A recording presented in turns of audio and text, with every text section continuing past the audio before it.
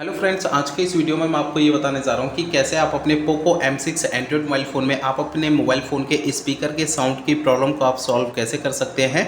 आज के इस वीडियो में मैं आपको डिटेल में जानकारी देने वाला हूँ, तो चलिए वीडियो को स्टार्ट कर लेते हैं। देखिए, सबसे पहले आपको मोबाइल फ़ोन में जो फाइल का ऐप है, इस फाइल के ऐप को ओपन कर लेना है। इस ऐप में ना नीचे की साइड ऐप्स का ये वाला ऑप्शन सेलेक्ट कर लेना है। अब यहाँ पे सबसे ऊपर सिस्टम ऐप लिखा है, इसे सेलेक्ट करना है। अब इस पेज में आप नीचे आएंगे ना, तो आपको ये ऑप्शन मिलता है एंड्रॉयड सिस्टम, इसे सेलेक्ट कर लेना है। अब यहाँ पर आपको ये स्टोरेज का ऑप्शन सेलेक्ट करना है। यहाँ पर आपको नीचे क्लियर कैच पे सेलेक्ट करना है। ये पेज आएगा, इसे ओके करना है, तो आपका कैच के सामने डेटा जीरो हो जाता है। ठीक है ना।